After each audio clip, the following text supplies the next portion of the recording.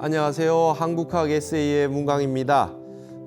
우리는 지금 한국의 한국의 정신 문명의 어떤 가장 중요한 부분 가운데 하나로 한국 선학을 지금 다루고 있습니다. 이제 그래서 지난 시간에 직지심체 요절이라는 얘기를 간단히 드렸는데요. 오늘은 한국 선을 대표하는 텍스트, 선문염송과 직지심체 요절을 비교를 하면서 이 사상들이 어떤 것을 가지고 있느냐, 핵심이 무엇이냐, 그리고 우리는 현대 사회를 살아가면서 참선을 하고 명상을 하는데 어떤 형태로 우리가 이 세상을 살아가야 되느냐, 수행하면서 살 수 있느냐, 이거를 좀 얘기를 해드리고자 합니다. 제가 우리 BTN에서 선문염송 강의를 했었어요. 선문염송 강의를 했는데 거의 2년 정도에 걸쳐서 선문염송 강의를 했는데요. 이거는 여러분들도 이제 저랑 따라서 쭉 공부를 해보신 분들은 아시겠지만 이건 우리 한국의 송광사에서 나온 책이죠. 선문염송은 송광사에서 나온 책이에요. 보조국사의 뒤를 이은 진각국사 진각해심국사가 2대 국사인 진각해심국사가 이 선문염송을 편집을 했죠. 그리고 여기에 이제 그 이전에 직지라고 하는 책이 백운화상, 그죠? 고려시대 때 고려 말에 백운화상이 이걸 하셨고 이거는 진각해심국사가 이걸 편찬했어요. 둘 다 고려시대입니다. 고려시대. 근데 조금 시대적으로 선문염송이 조금 앞서 있어요. 이 두 책을 가지고 비교를 하면 한국의 선사상이 일단 클로즈업이 딱 될 수 있어요. 그래서 오늘은 한국 선학의 핵심인 선사상을 얘기하는 것에서 텍스트를 가지고 조금 얘기를 해보려고 합니다. 그러면 이 선문염송과 직지심체 요절이라고 하는 두 텍스트를 우리가 이해하기 위해서는 중국에 있었던 책을 하나를 소개를 시켜드려야 됩니다. 이게 바로 경덕전등록이라고 하는, 흔히 말해서 우리가 그냥 전등록이라고 하는 거거든요. 전등이라고 하는 건 역대 조사 스님들이 등불을 정했다. 지혜의 등불을 전했다. 그래서 경덕전등록인데 경덕은 생략하고 전등록이라고도 할 수 있어요. 이 책이 말이죠. 부처님부터 역대의 큰 스님들, 인도와 중국의 역대 조사 큰 스님들의 지혜의 등불을 전한, 부처님에서부터 가섭존자, 안한존자 해서 중국의 뭐 용수를 지나가지고 달마대사, 육조해능, 그다음에 중국의 오가 칠종, 선종의 5종이 형성되고 오가 칠종이 형성됐다가 법이 쭉 전해지는 모든 거기에서 핵심되는 오록들, 지혜의 말씀들, 법거량들, 화두들 이런 것들이 다 모여 있는 게 경덕전등록이거든요. 이게 먼저 앞에 선행하고 있었어요. 경덕전등록이 30권입니다. 30권인데 선문염송이요. 중국의 경덕전등록, 전등록의 그 체제를 그대로 따서 이것도 30권으로 돼 있어요. 근데 이거는 우리나라 고려시대 때 진각국사가 이걸 편찬을 했어요. 대해종고라고 하는, 중국의 대해종고라고 하는 송나라 때의 중국의 선사가 간화선을 주장하고 난 다음에 그 이후에 이 간화선의 전통, 화두를 관하는 간화선의 전통이 이제 우리나라에 넘어와서 보조진울국사의 간화 결의론이라고 하는 걸 통해 가지고 우리나라의 간화선 화두들은 참선법, 그것이 들어오고 난 다음에 바로 제자인 진각해심국사가 이 선문염송을 바로 30권으로 편집을 똑같이 했습니다. 근데 체제가 달라요. 똑같은 30권인데 체제가 달라요. 어떻게 구성되어 있냐 하면요. 경덕전등록에는 어떻게 되어 있냐면 제일 먼저 서가모니불이 계실 거 아닙니까? 근데 서가모니불 이전에 과거 칠불이 등장을 해요. 과거 칠불이 등장해요. 과거 칠불이 등장하고 서가모니 부처님이 등장을 하고 그 다음에 가섭존자, 안한존자에서 쭉 지나가니까 역대 조사들이 나오게 되죠. 역대 조사들이 등장한단 말이죠. 이런 시스템으로 전등록이 구성이 되어 있습니다. 그런데 우리나라에서 이 전등록 30권과 동일한 패턴으로 30권으로 만들었는데 진각국사는 어떻게 만들었냐면 과거 칠불을 넣지 않았어요. 과거 칠불이 없습니다. 과거 칠불이 없고 그 다음에 서가모니 부처님이 등장해요. 서가모니 부처님이 등장하고 그럼 여기는 지금 부처님과 조사 스님밖에 없잖아요. 선종이니까 선을 설명하는 선종이니까 뭐 경전은 다루지 않는 거죠. 부처님 말씀이 부처님의 언어라면 부처님의 마음은 선이잖아요. 그래서 여기는 경전을 넣지 않았어요. 근데 우리나라의 진각국사가 편찬한 선문염송에는 뭐가 들어있냐면 서가모니 부처님 다음에 서가모니 부처님의 말씀인 경전이 들어있어요. 경전이 들어있어요. 이게 아주 독특한 시스템입니다. 경전이 들어있으니까 예를 들면 금강경, 원각경, 화엄경, 법화경 이런 내용 가운데 선적인 내용으로 선문으로 들어올 수 있는 모든 내용들 가운데 핵심을 뽑아뒀어요. 그래서 여기가 경이 등장한다. 서가모니 부처님의 말씀이다. 이거는 부처님의 마음이요. 이거는 부처님의 언어다. 부처님의 말씀이다.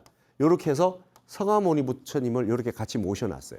그러고 난 다음에 역대 조사 스님들이 등장을 합니다. 역대 조사가 등장을 해요. 그래서 이거는 말이죠. 어떤 형태가 되냐 하면 불법승, 그죠? 우리가 불법승이 삼보가 다 갖춰져 있어요. 우리나라 선문염송은 부처님이 계시고 부처님의 말씀인 팔만대장경 가운데 핵심 중에 핵심인 선오록되는 것을 모아놨고 그리고 역대조사는 스님들이니까 그러니까 전등록은 가만히 보니까 경전이 빠졌어요. 그래서 불법승 삼보가 다 갖추어져 있지는 않죠. 물론 부처님의 말씀이 여기에 담겨져 있기는 하지만 경전을 따로 뽑아가지고 불법승 삼보 시스템으로 만들어둔 겁니다. 자, 그러면 이 지금 직지라고 하는 책은 어떠냐 하면 상하권 2권밖에 안 돼요. 근데 이게 직지가 심체요절이거든요. 심체요절. 마음의 본체에 해당하는 것을 요약 정리한 거단 말이죠. 마음의 본체를 곧바로 지적한 것의 핵심만 뽑아놓은 거예요. 그러니까 여기는 전등록 선문염송이 30권이라고 한다면 직지심체요절은 2권밖에 없어요. 상하권. 그래서 여러분 직지책을 보면 그냥 원문 뭐 이렇게 딱 한 권으로 딱 요약돼 있어요. 요절이거든요. 핵심만 뽑아놨어요. 여기 있는 모든 핵심들만 뽑아놨는데 직지심체요절은 백운 스님이라고 하는 백운화상이라고 하는 고려 말 태고 보우국사보다 나이가 몇 살 많아요. 근데 서곡천공이라는 중국의 조사 스님에게 인가받은 거는 태고 보우 스님보다 조금 늦어요. 그러니까 법으로 보면 법사제가 되지만 나이는 백운화상이 나이가 더 많습니다. 그러니까 여러분 공민왕 있고 태고 보우국사 있고 그 다음에 나홍 해건선사 있고 무학대사의 스승인 고려말 여말 삼화상 고려말의 삼화상 가운데 한 분이 백운화상인데 백운화상이 만들어놓은 직지라고 하는 책에는 구조가 2권밖에 되지 않지만 굉장히 독특한 시스템의 구조를 가지고 있어요. 여기는 전등록에 있었던 과거 칠불이 선문염송에는 없어졌지만 여기에는 과거 칠불이 등장합니다. 여러분 2권으로밖에 되어 있지 않지만 과거 칠불이 등장을 해요. 그 다음에 서가모니 부처님이 당연히 있고요. 서가모니 부처님이 당연히 있고요. 그 다음에 역대 조사 스님들이 있죠. 조사 스님들이 등장을 해요. 역대 조사 스님들이 등장을 합니다. 근데 맨 뒷부분에 경전도 등장합니다. 우리가 선문염송에서 특별했던 이 법이라고 하는 부분이 등장했는데 맨 마지막 부분에 경전이 등장을 해요. 경전이 등장하고 여기에 역대 조사에 말이죠. 한국 스님도 등장을 해요. 한국 스님도 등장해요. 그다음에 경전 가운데 여러분 우리가 경과 이 경이 있으면 예를 들면 이런 겁니다. 보세요. 우리가 이제 경율론 3장이라 그러거든요. 경이 있고 율이 있고 그다음에 논이 있는데 우리가 삼장법사라고 했을 때는 이거를 세 가지를 다 합쳐서 경율론 3장이라 그래요. 경은 부처님 직접 설하셨던 말씀, 금강경, 화엄경 이런 경전, 그다음에 그 아함경, 니까야 이런 걸 경이라 그래요. 그죠? 근데 거기에 관련해 가지고 그 후대에 조사 스님들이 거기에 대해서 논문식으로 써놓은 걸 논장이라 그래요. 경장, 율장, 논장이 있는데 논장은 예를 들면 한국의 신라시대 때 원효대사가 쓴 대승기신론소, 그죠? 그러면 이게 대승기신론, 마명이 쓴 대승기신론도 논이잖아요. 경이 아니란 말이에요. 논이란 말이죠. 그 논에 대해서 다시 주석을 달았어요. 대승기신론 소 별기를 달았어요. 이것도 다 논이에요. 그러면 이게 이제 3장이 되는데 전등록에는 자체로 아예 경전이 들어있지 않고 선문염송에는 경전에 해당하는 경만 있어요. 그런데 직지에는 말이죠. 경전인데 여기에 논장도 들어있어요. 논장도. 뭐가 들어있냐면 기신론이 들어있고 다른 글들도 들어있어요. 조사 스님들의 글도 들어있어요. 자, 그러니까 한번 보세요. 전등록, 선문염송 여기에서 과거 칠불이 사라지고 부처님의 말씀이 경이 들어왔어요. 선문염송에서는. 근데 직지에는 책은 2권으로 압축 파일로 들어와 있는데 과거 칠불이 또 들어와 있고 역대조사에 한국 스님이 또 들어있고 경전도 들어있는데 여기에 논장까지도 들어있다. 굉장히 품어있는 내용은 굉장히 많아졌어요. 내용은 많아졌지만 그 요약본이기 때문에 분량은 많지 않다. 요게 이제 직지예요. 그러면 이 직지라고 하는 책은 우리가 지금 이제 선과 이제 우리 조계종에서 우리 총무원장 스님이 선명상 이런 말씀 많이 지금 하시고 계시고 선을 보급하기 위해서 많은 명상 가운데 전 세계의 종교를 떠나서 전 세계가 지금 명상을 하고 있는데 그 가운데 한국의 선을 기반으로 해서 만든 게 선명상이라고 해서 지금 아주 방대하게 포교를 하고 계신데 잘 한번 보시면 선과 명상이라고 한다면요. 선이라고 하면 우리나라는 기본이 가나선이 될 거고 물론 여기에 다른 여러 가지 양상이 있겠지만은 여기에 선 명상에 포함되는 거는 전체로 포함하면 윗바사나도 있고 그다음에 미국에서 생겨난 많은 다양한 명상 기법들이 다 포함되어 있겠죠. 이걸 다 포함하는 게 선 명상 아니겠어요? 근데 이 명상이라고 하는 것이 화두를 드는 참선이 아니라고 하는 것에 한국 불교에 있는 거는 조사선이라는 게 있어요. 이게 직지는 말이죠. 조사선의 교과서가 될 수 있는 겁니다. 이거는 가나선이라고 한다면 선문염송은 가나선이고 이 교과서가 된다고 한다면 이 조사선이라고 하는 거는 가나선 이전에 조사선이 있어요. 예를 들면 이런 겁니다. 대종고 스님이 화두를 드는 걸로 참선을 해라. 예를 들면 육조대사가 한마디 하셨다. 근데 그걸 이해를 잘 못하겠다. 단박에 깨닫지 못하면 그걸 화두를 드는 거죠. 조주 스님이 개에게도 불성이 있습니까? 없다. 없다 그랬단 말이죠. 근데 그거를 단박에 알아채면은 조사선이 됩니다. 조사 스님이 한 말 끝에 깨닫게 해준 거예요. 뭐 달마대사에게 어떤 이 해가 스님이 이렇게 오셨단 말이에요. 제자가 왔단 말이에요. 제가 마음이 불안합니다. 마음이 불안합니다. 그래? 그러면 이 불안한 마음을 여기 한번 꺼내놔 봐라. 그랬더니 아무리 찾아봐도 불안한 마음을 찾을 수가 없습니다. 그랬더니 네 마음은 이미 편안해졌느니라. 이 말 듣고 바로 깨달음을 얻어요. 바로 깨쳤단 말이죠. 그렇게 됐을 때 제자의 어떤 불안한 마음, 제자의 문제점을 한마디 말로 던져줘서 조사 스님이 한마디 먼저 깨달은 성각자 조사 스님이 한마디 던져줘서 후각자인 뒷제자가 단박에 터졌다. 이렇게 됐을 때 바로 깨달음의 지혜의 안목을 열어줬잖아요. 그렇게 해서 끝나면 조사선이에요. 조사스님이 조사스님에게 벌써 법을 전할 수 있죠. 근데 자, 여러분들에게 지금 어떤 누가 불안한 마음이 불안합니다. 불안한 마음을 꺼내놔봐라. 불안한 마음을 어떻게 꺼냅니까? 마음을 어떻게 꺼낼 수 있습니까? 찾을 수가 없어요.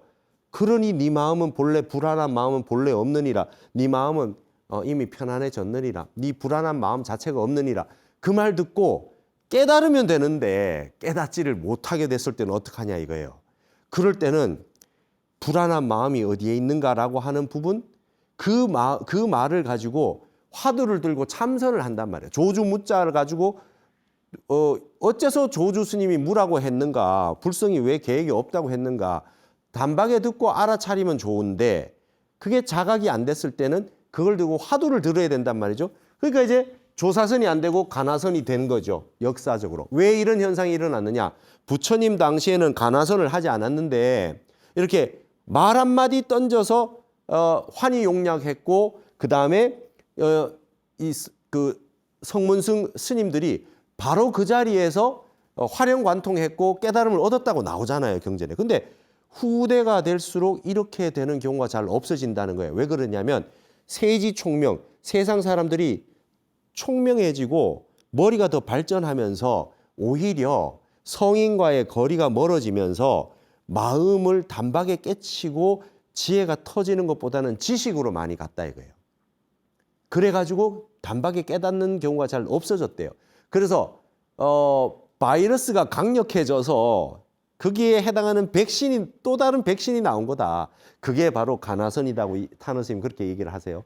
조사선으로 해결이 안 되는 부분에서 조사선의 역사가 나중에 가나선으로 바뀐 거예요. 근데 이 선문요속이라는 책은 가나선에 있는 화두를 다 정리를 해놓은 겁니다. 우리나라에서 전등록의 시스템을 더 가져와서 더 정밀하게 더 만들어놨어요. 그래서 저는 전등록을 봤는데 전등록보다는 우리나라의 고려시대에 진각국사가 만들어놓은 선문염성이 훨씬 좋아요. 그럼 저는 선문염성을 주로 봅니다. 우리 책이 훨씬 낫습니다. 그래서 저는 이걸 주로 봤는데 지난번에 제가 그래서 강의했던 선문염송, 화두에 받아 선문염송이라고 하는 그 2년 동안 강의했던 거는 화두를 16개 가지고 했는데 그중에는 가장 어려운 향상구 공안이 있어요. 향상구. 1700 공안이 있다고 하는데 그게 이제 전등록에 1700개 조금 넘어요, 화두가. 근데 여기에 이 화두가 전등록을 기준으로 해서 1700 공안이라고 하는데 선문염송에는 1600여 개가 있어요. 근데 여러분 직지라는 책은요. 선문염송 뒤에 나온 책이지만 이 책은 조사선 책이에요. 그래서 이 책은 우리나라에 나온 백운화상에 세계 최고로 오래된 남아있는 금속활자의 텍스트라고 하는 직지라고 하는 책은 또다시 시대가 더 뒤지만 다시 조사선을 이야기하고 있습니다. 그래서 여기는 굉장히 중요한 부분이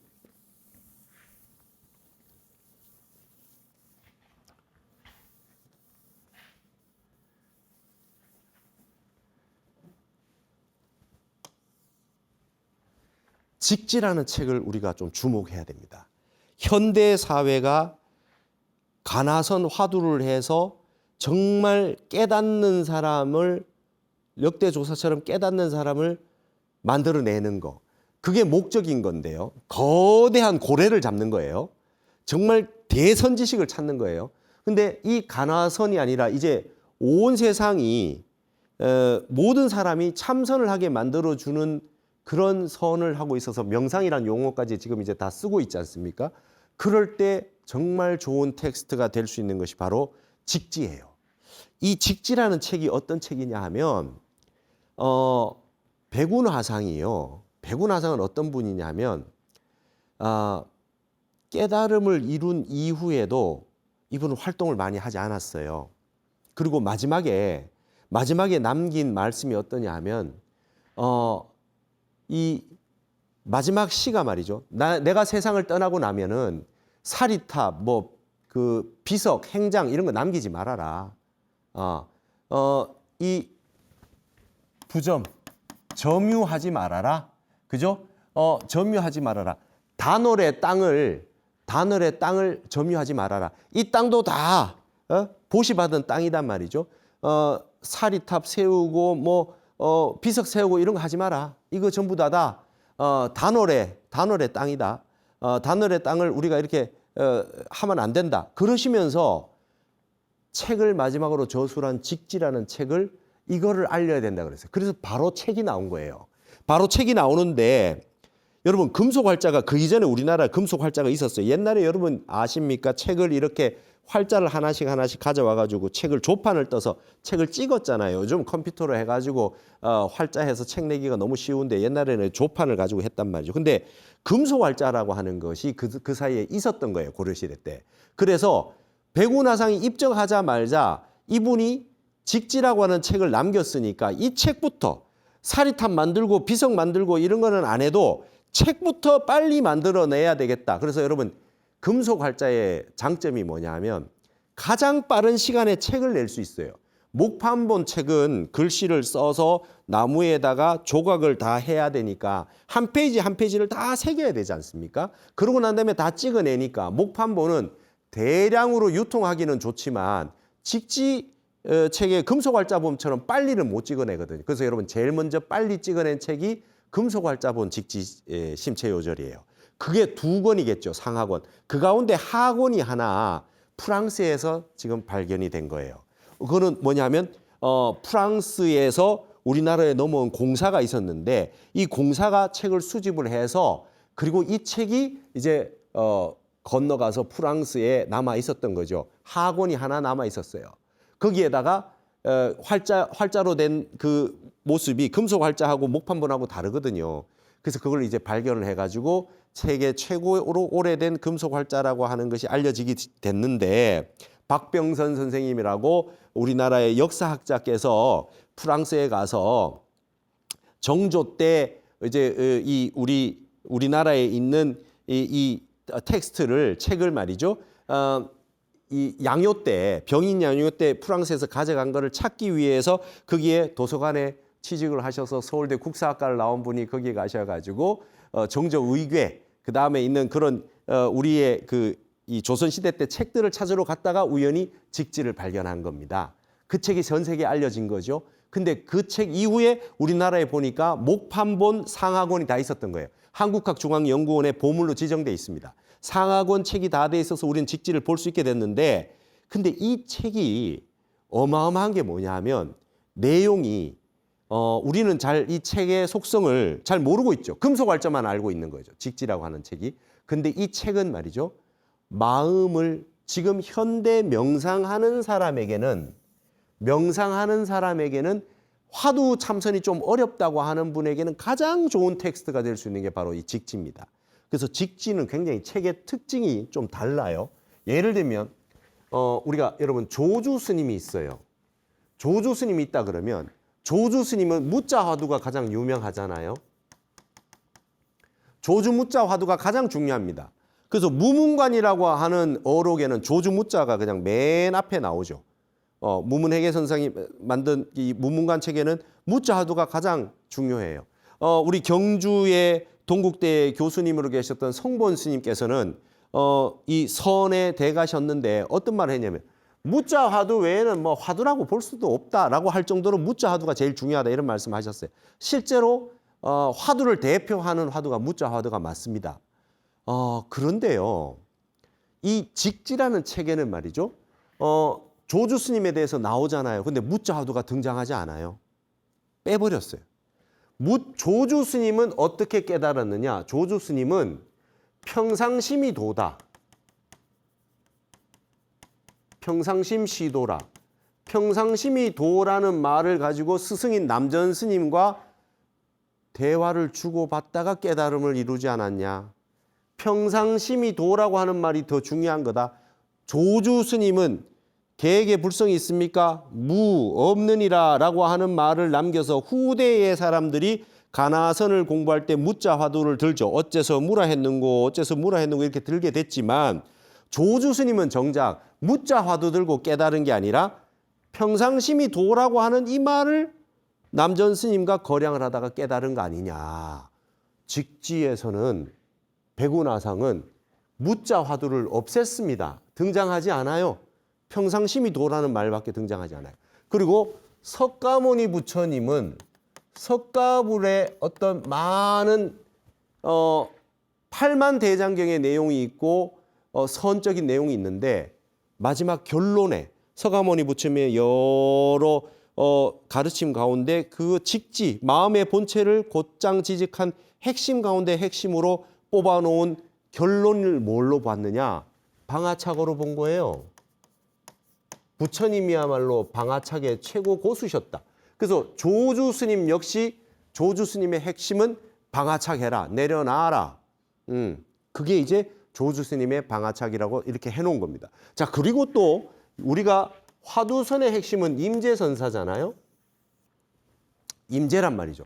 여러분, 임재라고 하는 인물은 임재종이 쭉 흘러와서 선종 5가가 있어요. 임재종, 조동종, 위안종, 법안종, 운문종 5개 종파 가운데 가장 끝까지 남아있는, 우리 한국도 임재종이 남아있고 베트남도 임재종이 남아있고 일본도 임재종이 남아있고 조동종은 중국이나 일본에 조동종이 있고 위양종도 중국에 좀 남아있지만 그래도 가장 광범위하게 남아있던 선종 종파 중에 가장 최고의 종파가 임재종이고 임재 스님이야말로 선종을 대표하는 그런 분이잖아요. 그런데 직지심체 요절에 백운화상은 임재 스님을 다루지 않았어요.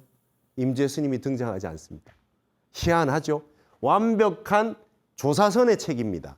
그 다음에 자, 우리가 가나선 그러면 대해종고 스님 있잖아요. 대해종고 스님 있단 말이에요. 대종고의 서장, 선비들과 그러죠? 선비들과 편지를 주고받은 서장이라는 책이 있는데 이 책이 가나선의 교과서예요. 기본 교과서입니다. 대종고 스님 이후로 가나선이 세상에 펴졌잖아요. 근데 여러분, 대종고 스님이 직지에는 등장하지 않아요. 등장하지 않아요. 굉장히 독특한 텍스트입니다. 그것은 뭐냐 하면 백운 스님이 그렇게 보신 거예요.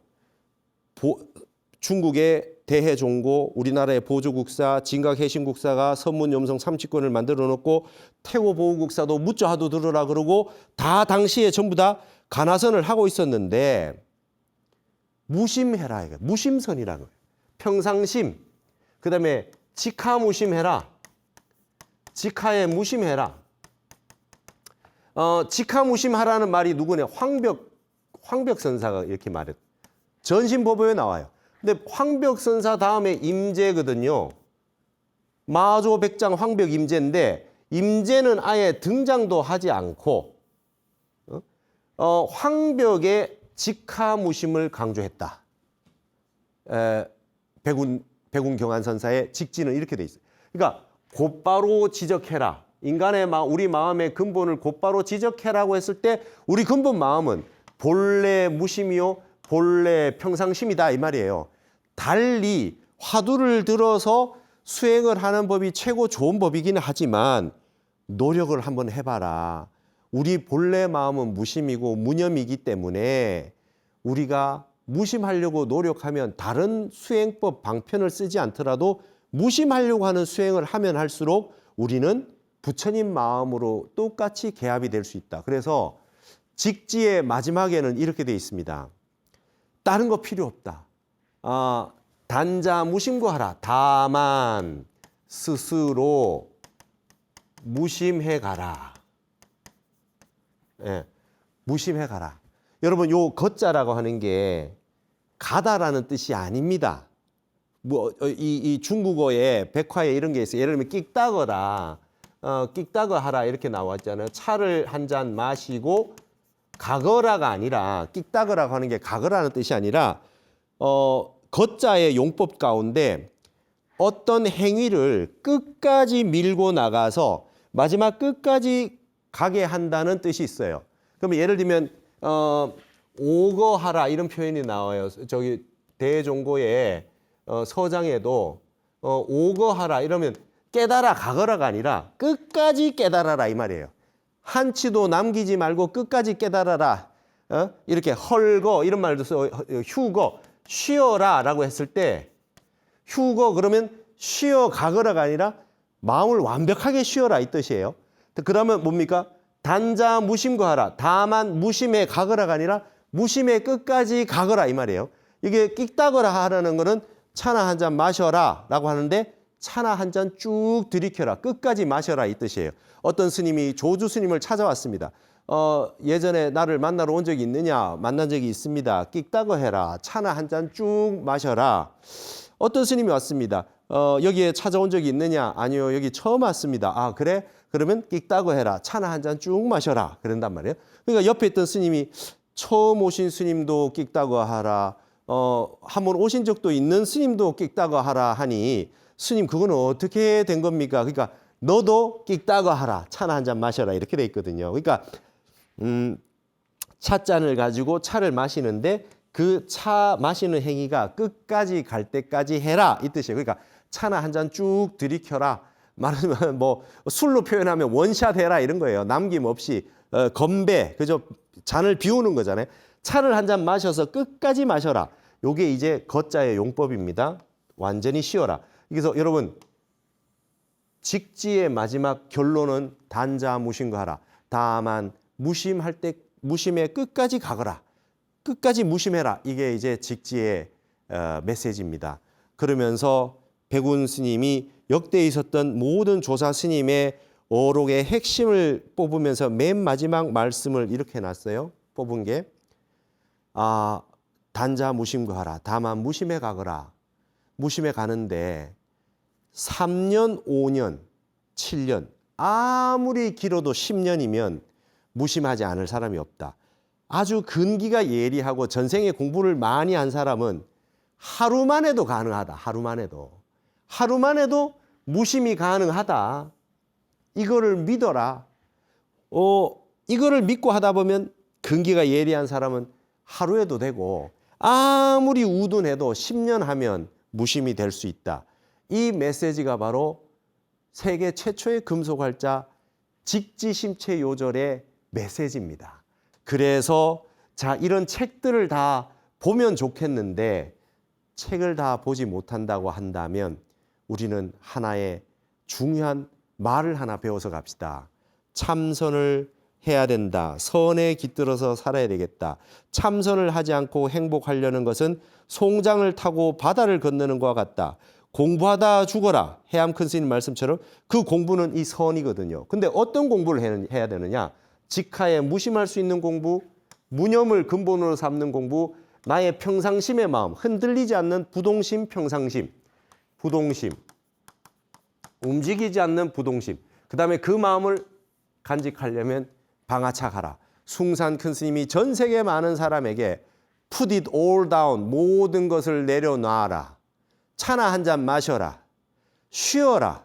마음을 내려놔라. 라고 하는 이 모든 말씀은 우리가 다 가능하대요. 아주 전생에 수련을 좀 했던 사람은 하루만 해도 가능하고 아무리 늦어도 10년이면 가능하다. 이것이 우리의 한국 불교 역사에서의 최고의 선의 교과서 텍스트가 여러분에게 건네주는 메시지입니다.